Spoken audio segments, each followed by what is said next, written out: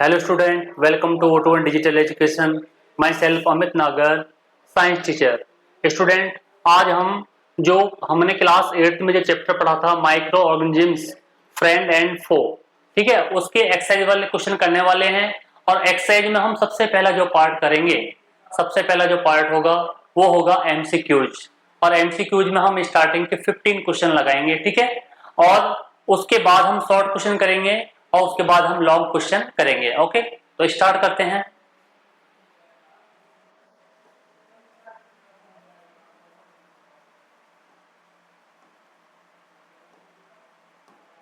Okay, पहला question है बेटा, क्वेश्चन नंबर फर्स्ट. ये कह रहा है कि alcohol is produce with the help of. जो एल्कोहल है उसको प्रोड्यूस किया जाता है किसकी हेल्प से, ठीक है. तो ऑप्शन हमें यहाँ पे दे रखे हैं. पहला है आपका सोडियम क्लोराइड. सोडियम क्लोराइड से तो बेटा एल्कोहल बिल्कुल नहीं बनता है, तो ये बिल्कुल गलत है. दूसरा कह रहा है ईस्ट. बिल्कुल, ईस्ट आपका एक फंगी होता है. ईस्ट क्या है बेटा आपका? फंगी. बिल्कुल पता होना चाहिए. ईस्ट क्या है आपका? एक फंगी है जो एल्कोहल बनाने में यूज किया जाता है. अब एल्कोहल जो हम ये आपका जो बनाते हैं वो किससे बनाते हैं? Sugar. When a sugar convert into the alcohol, और उस प्रोसेस को हम बोलते हैं फर्मेंटेशन. क्या बोलते हैं बच्चों? फर्मेंटेशन. और उसमें हम कौन सा फंगी यूज करते हैं? उसमें हम ईस्ट, यानी कि उसमें हम ईस्ट का इस्तेमाल करते हैं. तो ऑप्शन हमारा बिल्कुल बी बिल्कुल करेक्ट है. तो इसका आंसर अभी आप क्या कहेंगे? Alcohol is produce with the help of. Alcohol का प्रोडक्शन किया जाता है किसकी हेल्प से करते हैं बच्चों? हम ईस्ट. और कोई आपसे पूछे कि ईस्ट क्या है, तो ईस्ट क्या है? एक आपका फंगी. ओके, आगे बढ़ते हैं.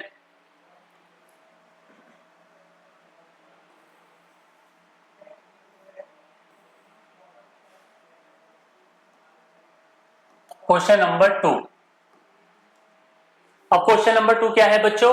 क्वेश्चन नंबर 2 है, ये कह रहा है कि which of the following drugs is an antipyretic. अब एंटीपायरेटिक ड्रग्स कौन सी होती है? जो आपको फीवर को रिड्यूस यानी कि फीवर को कंट्रोल करने के लिए इस्तेमाल की जाती है, ठीक है. तो उनको हम बोलते हैं एंटीपायरेटिक. तो यहाँ पे पहला क्या है? इंसुलिन. अब आपको मालूम है इंसुलिन तो बेटा आपको पता है कि जो डायबिटीज होती है, शुगर, उसको कंट्रोल करने के लिए इस्तेमाल किया जाता है.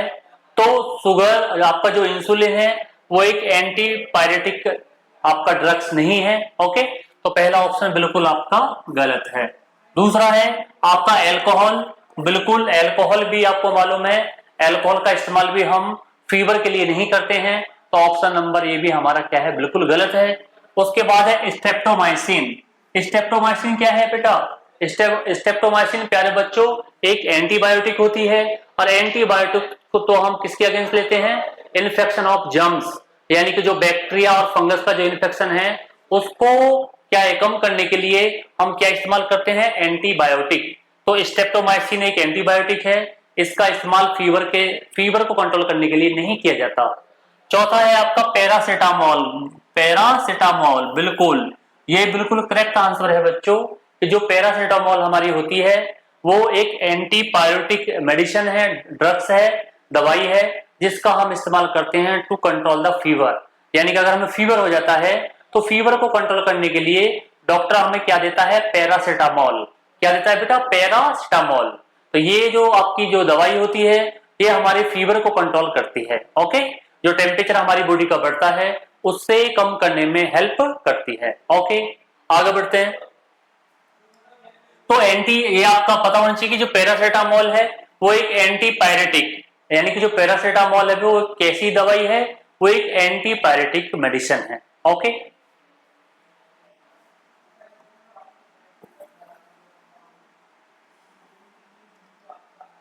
Question number 3.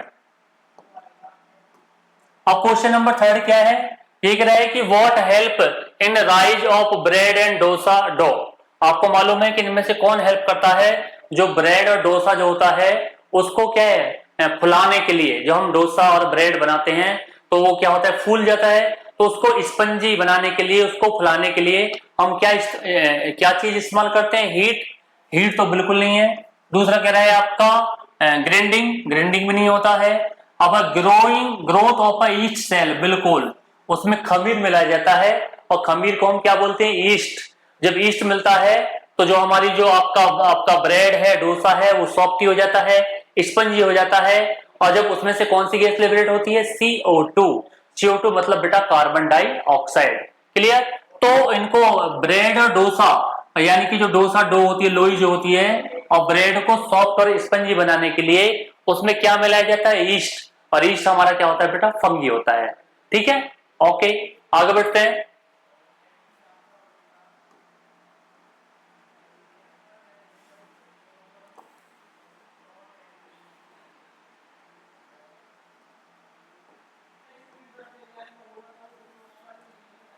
क्वेश्चन नंबर 4 है the status of alga in the aquatic food chain is.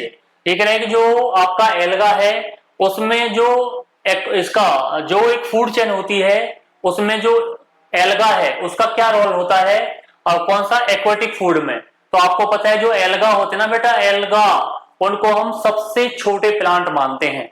और जो सबसे छोटे प्लांट होते हैं और जो आपको मालूम है जो ग्रीन प्लांट होते हैं उनको हम क्या बोलते हैं? प्रोड्यूसर। क्या बोलते हैं? प्रोड्यूसर बोला जाता है, क्योंकि वो अपना खाना खुद बना लेते हैं।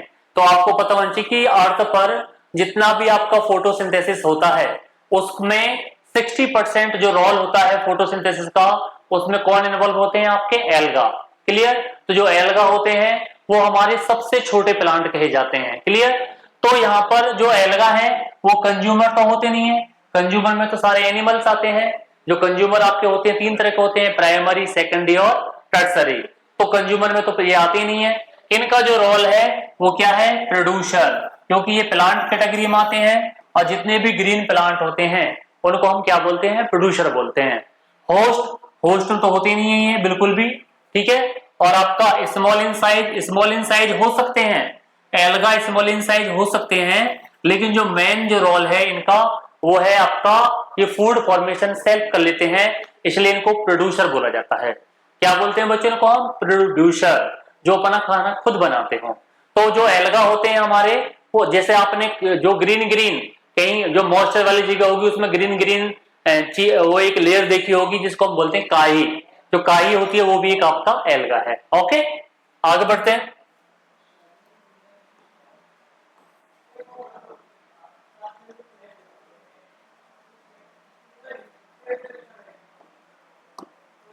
Question number 5। अब क्वेश्चन नंबर 5 में क्या है? The rod shaped bacteria are called. अब जो बैक्टीरिया होते हैं ना हमारे, बैक्टीरिया वो स्पेशल डिफरेंट टाइप की शेप शो करते हैं। कुछ होते हैं रॉड साइड, रॉड की तरह शेप शो करते हैं, उनको हम बोलते हैं वेसिलस। क्या बोलते हैं? वेसिलस। जो रॉड की जैसे, यानी कि जो इस तरह से रॉड की जैसे शेप शो करते हैं उनको हम बोलते हैं वेसिलस। और जो बिल्कुल राउंड शेप शो करते हैं, गोल, उसको हम बोलते हैं कोकाई या फिर कोकस। क्या बोला जाता है? उनको हम कोकस बोलते हैं। और जो कुछ कॉमा की तरह होते हैं, कुछ इस तरह से कॉमा की तरह, उनको हम बोलते हैं विब्रियो। क्या बोलते हैं? विब्रियो। और जो कुछ गूंज की तरह होते हैं, गूंज की तरह यानी कि कुछ इस तरह जो बनाते हैं, सेब बनाते हैं, उनको हम बोलते हैं स्पाइरलम। क्या बोलते हैं? स्पाइरलियम बोला जाता है उनको। अब हमसे क्वेश्चन ये पूछा गया है the rod shaped bacteria are called, यानी कि जो रॉड की जैसी जो शेप होती है उस बैक्टीरिया को हम क्या बोलते हैं? तो उस बैक्टीरिया को बोलते हैं हम वेसिलस। क्या बोलते हैं बेटा? वेसिलस। तो ऑप्शन नंबर हमारा बिल्कुल 1, जो ऑप्शन नंबर ए है वो बिल्कुल करेक्ट है। तो प्यारे बच्चों आपको पता होना चाहिए कि जिन बैक्टीरिया की जो शेप होती है वो रॉड के जैसी जो होती है तो उनको हम बोलते हैं बेसिलस, और जिनकी शेप गोल होती है उनको कोकाई या कोकस बोला जाता है। कोकाई या फिर कोकस। ओके, आई होप आपको समझ में आया होगा। आगे बढ़ते हैं नेक्स्ट क्वेश्चन पर।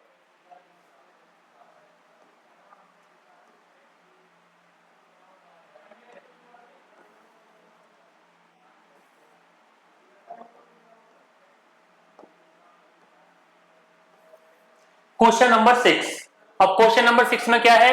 Bacteria present in root nodules of a pea, यानी कि जो कुछ प्लांट होते हैं जो ग्रेमिनस जो फैमिली होती हैं, ग्रेमिनस का मतलब जो फलीदार फलीदार जो फसलें होती हैं उनकी जड़ों में कुछ बैक्टीरिया प्रेजेंट होते हैं जो फिक्सेशन करते हैं किसका? नाइट्रोजन का।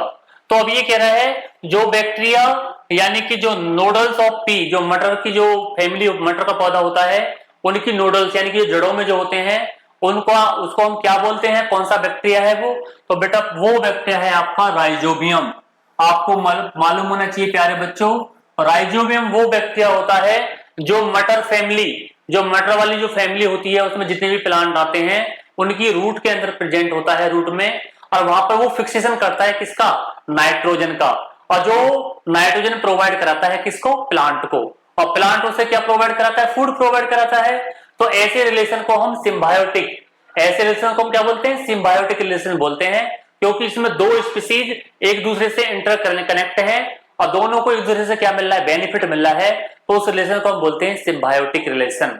क्या बोलते हैं बेटा, सिम्बायोटिक। तो आप राइजोबियम जो है वो प्लांट को क्या प्रोवाइड कराता है, तो राइजोबियम प्लांट को नाइट्रोजन प्रोवाइड कराता है बेटा, कौन सा, नाइट्रोजन। नाइट्रोजन आपका क्या होता है, N2। क्या होता है प्यारे बच्चों, N2 होता है। ओके, आगे बढ़ते हैं।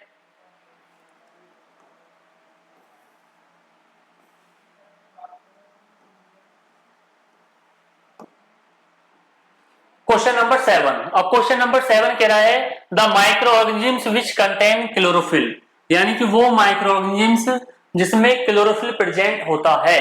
अब आपको पता है कि क्लोरोफिल प्लांटों में प्रेजेंट होता है, और जो एल्गा, एल्गा के बारे में मैंने अभी बताया था आपको कि जो एल्गा होते हैं बच्चों वो सबसे छोटे प्लांट कहे जाते हैं, किस पर, आपका अर्थ। अर्थ पर अगर तुमसे पूछे कि अर्थ पर सबसे छोटे प्लांट क्या होते हैं, तो आप आंसर करेंगे एल्गा।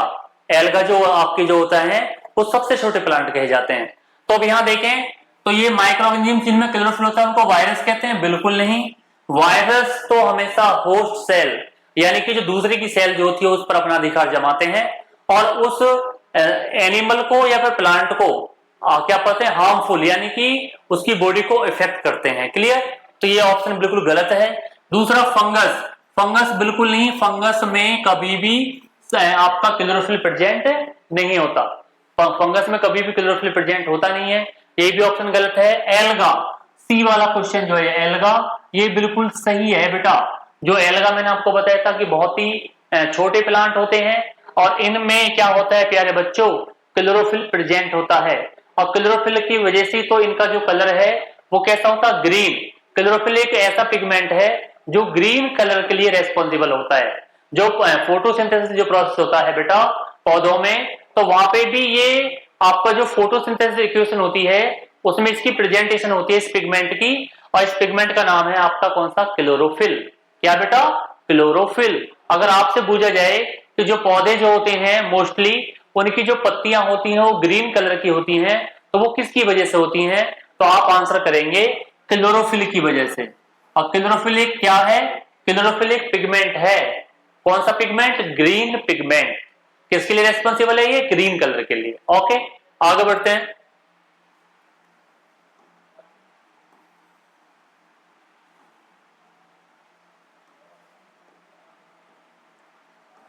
Question number 8।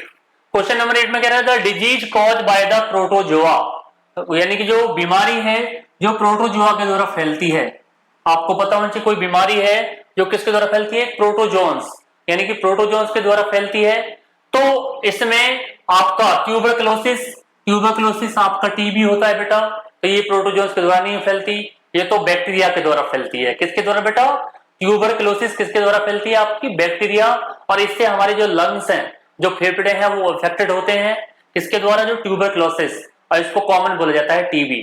क्या बोलते हैं बेटा, टीबी बोलते हैं, ठीक है। और ये इन्फेक्टेड डिजीज है, अगर एक पर्सन है उसके कॉन्टेक्ट में अगर कोई दूसरा पर्सन आ रहा है तो उसको भी ये बीमारी हो सकती है। क्लियर, लेकिन ये ऑप्शन तो गलत हो गया। पोलियो, पोलियो बिल्कुल नहीं, जो पोलियो आपका फैलता है बेटा, पोलियो फैलता है वायरस, किससे फैलता है, वायरस से फैलता है, तो पोलियो प्रोटोजोआ से नहीं फैलता। Clear. Option number 3 typhoid, typhoid आपको मालूम है फीवर होता है, और जो टाइफाइड जो होता है वो हमेशा बैक्टीरिया, एक बैक्टीरिया होता है, bacteria salmonella typhi, salmonella typhi, उसके द्वारा फैलता है, तो ये प्रोटोजोआ नहीं होता, ठीक है। लेकिन जो आपका मलेरिया है ना, मलेरिया, मलेरिया आपको मालूम है कि जो मॉस्किटो होता है, मॉस्किटो कौन सा, फीमेल एनाफिलीज, फीमेल एनाफिलीज होता है, उसके द्वारा काटने से फैलता है, लेकिन उसके अंदर वो क्या प्रेजेंट होता है, आपका Plasmodium.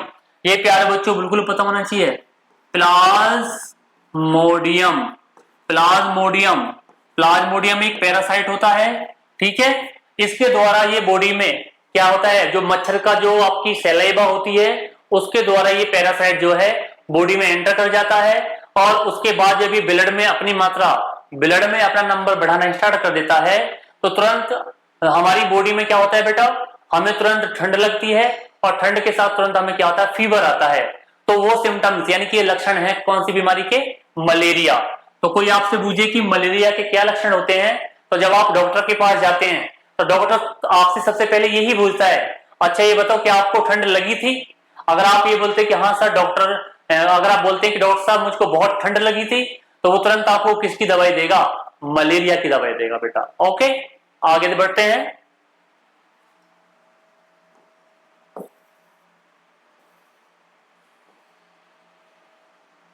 Question number 9। Question number 9 है, ये कह रहा है कि which can not fix atmospheric nitrogen in the soil.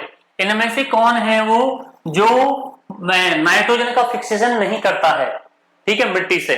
तो पहला राइजोबियम। राइजोबियम के बारे में तो मैंने बिल्कुल अभी बताया था कि राइजोबियम जो है, जो लेगुमिनस फैमिली होती है, फलीदार जो फसल होती है या मटर का जो पौधा होता है, उनकी रूट में कौन सा बैक्टीरिया होता है आपका, राइजोबियम।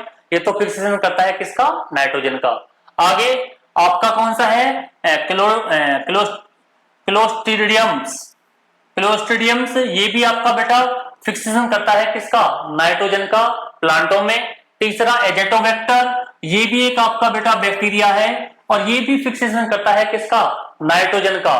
लेकिन ये जो पेनिसिलिन है ना, पेनिसिलिन, पेनिसिलिन आपको पता है, पेनिसिलिन कोई बैक्टीरिया तो है नहीं। पेनिसिलिन एक एंटीबायोटिक मेडिसिन है जो फंगस से बनाई जाती है, ठीक है। तो ये इसका इस्तेमाल नाइट्रोजन के फिक्सेशन के लिए नहीं किया जाता है, ठीक है। ये बैक्टीरिया भी नहीं है। तो ये तीनों जो है आपके, दोनों तीनों बैक्टीरिया हैं जो रेस्पॉन्सिबल है किसके लिए, for the fixation of nitrogen.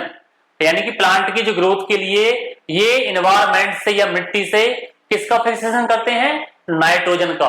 तो ये कह रहा है कि इनमें से कौन सा नहीं है, तो पेनिसिलिन।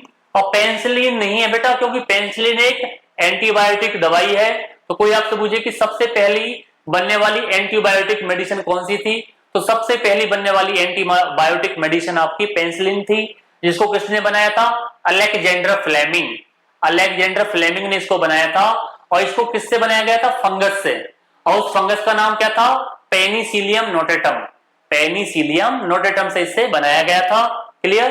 तो ये ऑप्शन बिल्कुल सही है, ये तीनों ऑप्शन क्या है, गलत। तो हमारा आंसर है बिल्कुल ऑप्शन नंबर डी, बिल्कुल करेक्ट है कि जो पेनिसिलिन है वो नाइट्रोजन का फिक्सेशन नहीं करती है, क्योंकि वो एक एंटीबायोटिक मेडिसिन है। ओके, आगे बढ़ते हैं।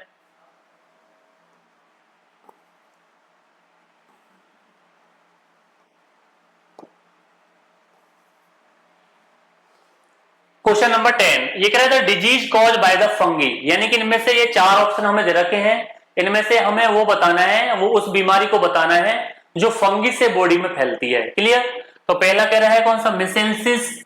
जो मेसेल्सिस हैं ये फंगी से बिल्कुल नहीं फैलती हैं। दूसरा आपका चिकन पॉक्स। चिकन पॉक्स वो हमेशा बेटा वायरस से फैलता है। किससे फैलता है, वायरस। जो चिकन पॉक्स है, स्मॉल पॉक्स जो होती है हमारी, छोटी माता बड़ी माता जो होती हैं, ये हमेशा किससे फैलती हैं, वायरस से फैलती हैं। क्लियर। उसके बाद पोलियो। पोलियो भी मैंने अभी बताया था आपको प्यारे बच्चों, जो पोलियो है वो भी आपका किससे फैलता है, वायरस से फैलता है।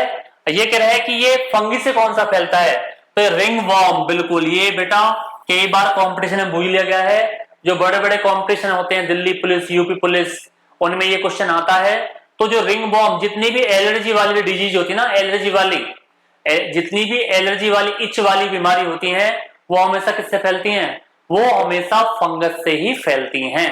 तो रिंग वॉर्म जब स्किन पे हमारे में दाद हो जाता है, यानी कि स्किन पर जो दाद होते हैं या फिर क्या होते हैं, बहुत मतलब स्किन जो है, स्किन पे इन्फेक्शन लग जाता है, तो वो किसकी वजह से लगता है बेटा, फंगस की वजह से लगता है। किसकी वजह से, फंगस की वजह से। ओके, आगे बढ़ते हैं। तो ऑप्शन हमारा कौन सा ठीक हुआ, ऑप्शन नंबर डी हमारा बिल्कुल करेक्ट है। आगे बढ़ते हैं।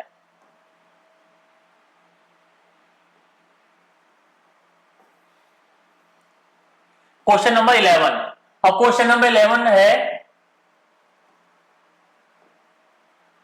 क्वेश्चन नंबर 11 ये कह रहा है कि which bacteria help in the settling of curd, यानी कि इनमें से कौन सा बैक्टीरिया है जो दही बनाने में इस्तेमाल किया जाता है।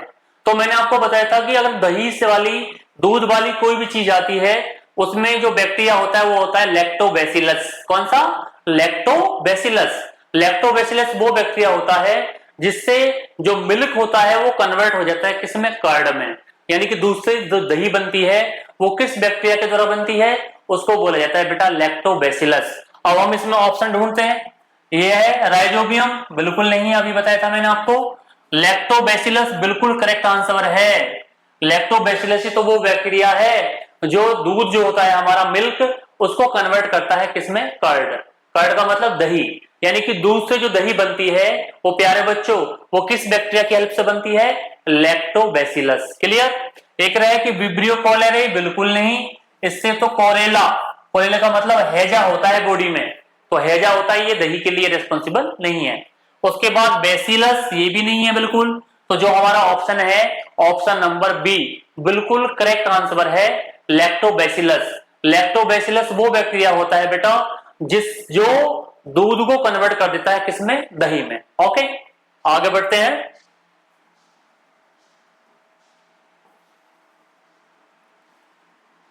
क्वेश्चन नंबर 12 बहुत ही ज्यादा इंटरेस्टिंग है बेटा क्वेश्चन। ये कह रहा है कि which micro organisms can AIDS, AIDS के लिए क्या, कौन सा माइक्रो ऑर्गेनिजम्स रेस्पॉन्सिबल है? तो एड्स आपको पता होना चाहिए। एड्स क्या है बेटा? एक वायरस से फैलने वाली बीमारी है और एड्स की फुल फॉर्म होती है एक्वायर्ड इम्यूनोडेफिशिएंसी सिंड्रोम। और ये बीमारी किससे फैलती है? एक वायरस होता है बेटा, कौन सा? HIV। HIV इसको हम बोलते हैं ह्यूमन, इस यहां देखो ह्यूमन इम्यूनो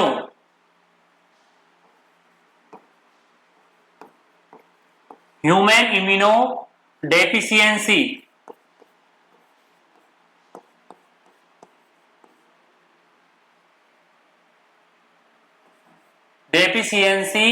वायरस। ये फुल फॉर्म होती है बेटा किसकी? HIV की। HIV की फुल फॉर्म कौन सी होती है? Human immuno deficiency virus. और जो एड्स होता है बेटा उसकी फुल फॉर्म होती है एक्वायर्ड इम्यूनो डेफिशिएंसी सिंड्रोम। तो जो आपको पता होना चाहिए, जो एड्स जो बॉडी में फैलती है वो हमेशा किससे फैलती है? एक वायरस से फैलती है। और उस वायरस का नाम क्या है प्यारे बच्चों? उस वायरस का नाम है HIV। क्या बोलते हैं उसको हम? HIV। HIV का मतलब कौन सा? Human immuno deficiency virus. Okay, और ये एक सेक्सुअल डिजीज होती है। अगर कोई पर्सन यानी कि मल्टीपल पार्टनर या मल्टीपल कपल्स के साथ अगर सेक्सुअल कॉन्टैक्ट बनाता है तो इस बीमारी के फैलने के चांसेस क्या होते हैं? बढ़ जाते हैं। ओके, आगे बढ़ते हैं।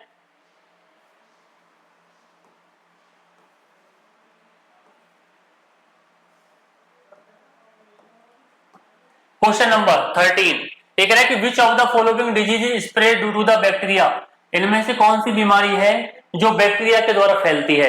तो अभी मैंने ट्यूबरक्लोसिस अभी बताया था मैंने, टीबी बताया था ना, टीबी, वो ट्यूबरक्लोसिस यानी कि माइक्रोबैक्टीरियम ट्यूबरक्लोसिस। माइक्रोबैक्टीरियम ट्यूबरक्लोसिस एक बैक्टीरिया होता है बेटा, उसके द्वारा हमारी बॉडी में फैलती है। और इस बीमारी से जो हमारे जो लंग्स होते हैं ना, लंग्स यानी कि हमारे जो फेफड़े होते हैं वो इफेक्टेड होते हैं बेटा। क्लियर? तो अब ये तीनों जो है, ठीक है, मिसेल्सिस ये नहीं फैलती है बीमारी, बैक्टीरिया से नहीं फैलती है।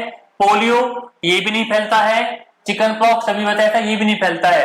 लेकिन जो ट्यूबरक्लोसिस है ये आपका हमेशा बैक्टीरिया से फैलता है और उस बैक्टीरिया का नाम क्या है? Mycobacterium tuberculosis. ओके, आगे बढ़ते हैं।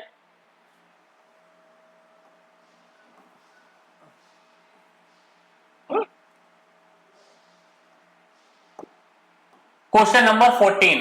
अब क्वेश्चन नंबर 14 में देखते हैं, ये कह रहा है कि which of the following is not use as the food preservatives, इनमें से कौन सा है जो फूड प्रिजर्वेटिव यानी कि खाद्य पदार्थों के संरक्षण के लिए इस्तेमाल नहीं किया जाता, यानी कि उनको फंगस बैक्टीरिया से बचाने के लिए इस्तेमाल नहीं किया जाता। तो मैं ऑप्शन साल्ट, भाई साल्ट का इस्तेमाल तो हम करते हैं बिल्कुल, साल्ट का इस्तेमाल तो जो हमारे फूड मटेरियल हैं उनको डेस्ट्रॉयड होने से बचाने के लिए किया जाता है। तो ये तो बिल्कुल सही है। आपका विनेगर का इस्तेमाल भी किया जाता है बेटा, अभी बताया था विनेगर में एसिटिक एसिड होता है, तो उसका भी इस्तेमाल जो हमारे फूड मटेरियल्स होते हैं उनको प्रोटेक्ट करने के लिए किया जाता है। तीसरा शुगर, बिल्कुल शुगर का इस्तेमाल भी किया जाता है, जो चीनी होती है बेटा उससे भी हम अपने फूड सब्सटेंस हैं उनको प्रोटेक्ट करते हैं और उनको डिस्ट्रॉय होने से बचाते हैं। लेकिन जो मीथेन होती है ना, मीथेन का मतलब फॉर्मूला होता है आपका CH4, ये आपका मीथेन होता है, गैस है, ये एक गोबर गैस ही बोलते हैं इसको। इसका इस्तेमाल फूड को प्रिजर्वेटिव करने के लिए नहीं किया जाता है, यानी खाद्य पदार्थों के संरक्षण में नहीं किया जाता। तो ऑप्शन नंबर हमारा बिल्कुल जो डी है वो बिल्कुल करेक्ट आंसर है बच्चों, बिल्कुल करेक्ट। ओके, आगे बढ़ते हैं लास्ट क्वेश्चन पर, जो हमारी इस क्लास का बिल्कुल लास्ट क्वेश्चन है आपके लिए, उसके लिए आते हैं। क्वेश्चन नंबर 15 जो है लास्ट वाला क्वेश्चन, यहां देखें, ये कह रहा है the process by which amount of nitrogen remains the same in the atmosphere is known as. इस प्रोसेस को हम क्या बोलते हैं? तो बेटा ये प्रोसेस जो है आपका नाइट्रोजन साइकिल, यानी कि जिसमें जो आपका जो इनऑर्गेनिक सब्सटेंस होते हैं उनका रोटेशन होता है, और जो डिग्रेडेशन होता है किसका, एनिमल्स का, प्लांट का, और उस फॉर्म में जो नाइट्रोजन है, आपको मालूम है इन्वायरमेंट में सबसे ज्यादा जो गैस होती है वो आपका नाइट्रोजन होता है बेटा। नाइट्रोजन कितना परसेंट मिलता है? 78%। 78% नाइट्रोजन प्रेजेंट होता है किसमें, इन्वायरमेंट में। लेकिन फिर भी प्लांट इन्हें डायरेक्टली यूज नहीं करते हैं। डायरेक्टली प्लांट कब यूज करते हैं इनको? जब ये नाइट्राइट और नाइट्रेट यानी कि NO2 और आपका NO3 यानी कि नाइट्राइट और नाइट्रेट फॉर्म में क्या है, मिक्स हो जाते हैं किसके साथ, मिट्टी के साथ, तब प्लांट इन्हें यूटिलाइज करते हैं। तो नाइट्रोजन साइकिल का तो बहुत इंपॉर्टेंट रोल है एनवायरमेंट में, प्लांट की रिसाइकलिंग में, प्लांट के जो फूड प्रोडक्शन में नाइट्रोजन साइकिल का एक इंपॉर्टेंट रोल है। क्लियर? तो ये नाइट्रोजन की मात्रा को बिल्कुल प्रॉपर बनाने के लिए ये जो सब्सटेंस होते हैं हमारे, जो इनऑर्गेनिक सब्सटेंस हैं, उनका डिग्रेडेशन हो जाता है। डिग्रेडेशन होने के बाद वो क्या होते हैं, रिसाइकलिंग होते हैं, और वो दोबारा क्या बनाते हैं, नाइट्रोजन बना लेते हैं। और नाइट्रोजन की मात्रा जो है प्रॉपर अमाउंट में रहती है किसमें, एनवायरमेंट में। और जब ये कंपाउंड फॉर्म में आ जाती है नाइट्रोजन, तब प्लांट इसे क्या कर लेते हैं, यूटिलाइज कर लेते हैं। कौन सी फॉर्म आ जाती है, कौन सा, नाइट्राइट और नाइट्रेट फॉर्म में, तब प्लांट इसे क्या करते हैं, यूटिलाइज करते हैं। और इसको कंपाउंड फॉर्म में लाने के लिए कौन हेल्प करता है, उसमें कौन हेल्प करता है बच्चों, बैक्टीरिया। अभी मैंने आपको बताया था राइजोबियम है, एजोबैक्टर है, नाइट्रोबैक्टर, ये आपके वो बैक्टीरिया हैं जो इन्वायरमेंट में मिट्टी के अंदर नाइट्रोजन का फिक्सेशन करने में हेल्प करते हैं। ओके, तो बच्चों ये क्लास आपको बहुत अच्छी पसंद आई होगी। ठीक है, अगली क्लास में मिलते हैं आपको नेक्स्ट 15 क्वेश्चनों के साथ। तब तक आप इस चैनल को लाइक करें, सब्सक्राइब करें। Okay, bye bye, thank you.